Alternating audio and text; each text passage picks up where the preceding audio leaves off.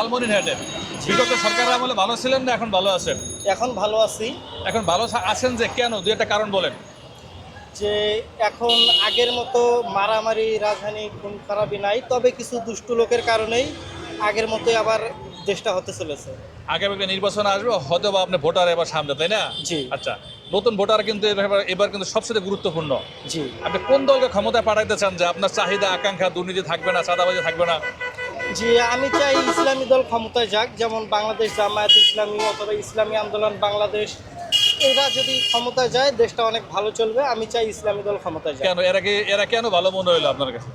জি, এরা এখন পর্যন্ত কোনো ঘুষ চাঁদাবাজি কিংবা মারামারি সম্পর্কে জড়িত হয় নাই। এরা ফ্রেশ, এদের চরিত্র।